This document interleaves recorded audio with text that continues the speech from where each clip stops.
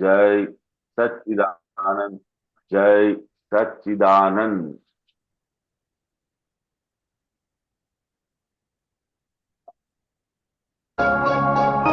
अहमने भेद विनाशी हृदय संजीवी अंगूठे खजाना खोले अविनाशी अभय अंजन कृपा दृष्टे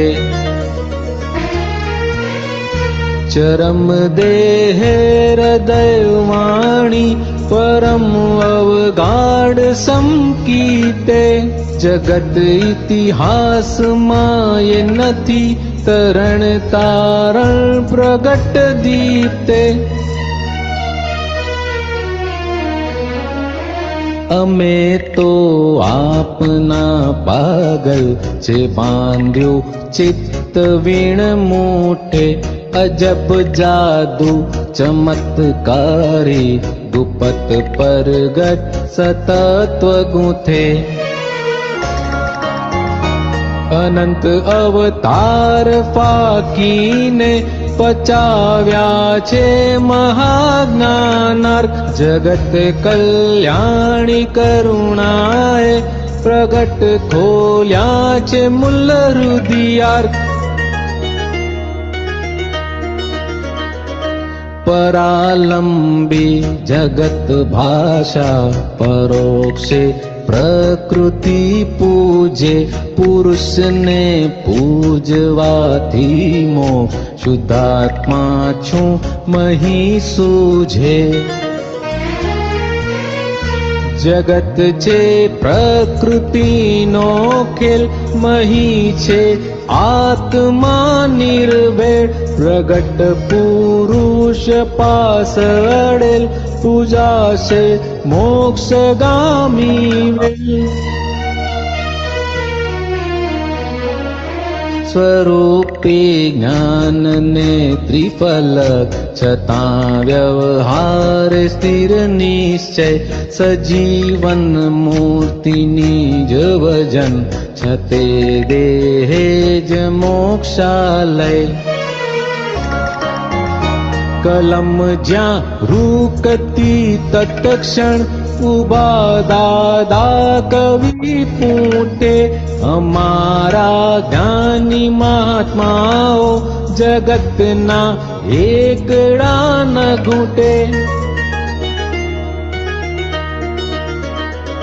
छोड़ीने फांसी ना बंधो फकत एक सोय घाती सरे अखटपट घाल में लिया स्वयं ज्ञानी चहे सो करे अनंता रौद्र ध्यान टूटे अनंता आर्त ध्यान छूटे रहो सन्मुख मूर्तामूर्त अहो जागृति देह सुते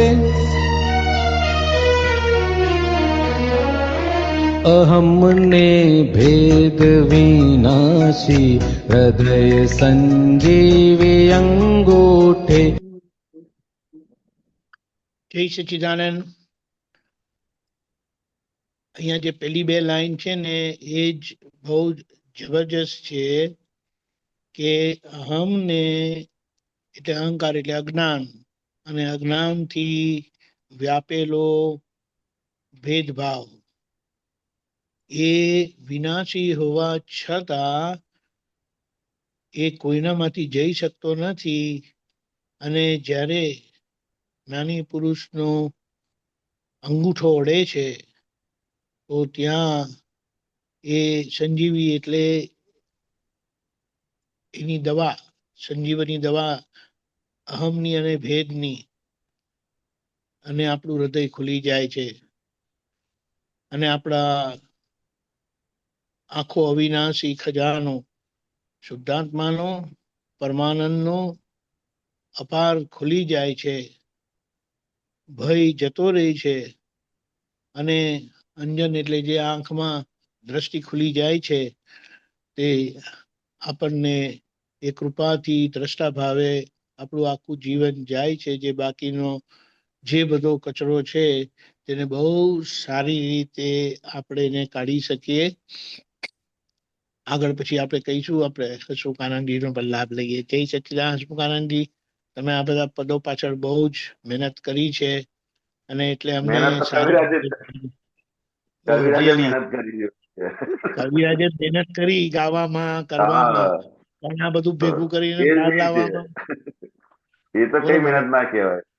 કવિરાજ નો અરે આખા અવતારોનો અનુભવ છે એ આપણને પ્રાપ્ત થયો, એ જ મોટા મોટી આપણી પુણ્ય કહેવાય કે એમનો આટલા અવતારોનો, અનંત અવતારોનો જે અનુભવ છે એ આજે આપણને પદ રૂપે સાંભળવા મળે, પછી ગાવા મળે છે, અને લાઈવ વાણી પણ એમને પ્રિન્ટ કરેલી મળે છે. એટલે આપણી બહુ મોટી પુણ્ય કહેવાય કે આવા કવિરાજ આપણને મળ્યા, દાદા ભગવાન મળ્યા, અને એમની સ્થૂળ આપણી જે વાણી હતી એ જ વાણી આજે પદ્ય સ્વરૂપે પદમાં આપણને ગાવા મળે છે. એટલે એ જ વાણીનું આપણે પદો દ્વારા એનું એનું શું કહે આપણને સ્વાધ્યાય થાય છે. અને આ પદ તો હમણાં આ શિબિરમાં ગવડાયું, એટલું અદ્ભુત વાતાવરણ પણ થઈ ગયેલું, અને એના શબ્દો પણ એના એક એક એટલા બધા એના ગૂઢ બધા અર્થો છે બધા કે આપણે સમજીએ તો એ થઈએ કે અહમને ભેદ વિનાશી હૃદય સંજીવની અંગૂઠે, કે ક્યારેય કોઈ કાળે અહંકાર જાય એવું કોઈ સાધન જ નતું, પરંતુ આ જ્ઞાની પુરુષ પાક્યા અને એમનો અંગૂઠો આપણને પ્રાપ્ત થયો કે જેથી કરીને જે ભવરોગો માંથી, કારણ કે કોઈ કાળે કોઈ સાધનથી, કોઈ વસ્તુથી, કશાથી જાય એવો અહમ ખાલી આ જ્ઞાની પુરુષના અંગૂઠે આપણું મસ્તક અડાડવાથી એ જતો રહ્યો. એ જ બહુ મોટામાં મોટું આશ્ચર્ય છે આ કાળની અંદર, કે જેની માટે લોકો કેટલા પ્રયત્નો કરે છે અહમને કાઢવા માટે, પરંતુ એ ક્યારેય જતો નથી. પરંતુ આ જ્ઞાની પુરુષનો અંગૂઠો પ્રાપ્ત થાય તો તે ઇઝીમાં ઇઝી રીતે જઈ શકે. એ જ આશ્ચર્ય, એ જયારે આપણે વિચારે છે ત્યારે જ એની કલ્પના થઈ શકતી નથી કે કેવો એ અંગૂઠો હશે કે જ્યાં આગળ આમાં ઓગળવાનું સોલ્વન્ટ જ્યાં પડ્યું છે. જય સચ્ચિદાનંદ. જય સચ્ચિદાનંદ. એક થોડીક વાત કરવાની ઈચ્છા થાય છે કે દાદા ભગવાન પોતે કહેતા હતા કે આ કવિરાજ શું લખી દેતો હતો કે મારાથી પણ ના લખાય એમ કે, કારણ કે એમને બી નથી ખબર કે કેવી રીતે લખાય છે. પણ દાદાએ કીધું એમનો જે અનંત અવતારનો આખો અનુસાર છે, કનેક્ટિવિટી છે, એ અનુસારથી આખું લખાય છે. એટલે કેટલીક વાત પાછી કવિરાજ એમ કે છે કે મારાથી કેમ લખાયું મને ખબર નથી, મારી પાસે એની સમજણ નથી, દાદા તમે સમજાવો. હવે દાદા કહે છે કે આ લખે કેમ છે, એ લખે છે એમનો અનુસાર છે. અને આપણે તો ગમે છે, આપણે તો લાભી ગયા જબરજસ્ત. અને આ રીતે આપણને તે સ્વરૂપમાં બેસાડી દે છે. સ્વાધ્યાય તો આપણે સમજી લઈએ, પણ સ્વાધ્યાય કરતા પણ આગળની સ્ટેજ જે દાદાએ આપ્યું છે ને એ આપણને વર્તાતું જાય છે, અને એ જ આપણે બધા માણીએ. આ પદને ખૂબ વાગોડીશું આખું અઠવાડિયું. જય સચ્ચિદાનંદ.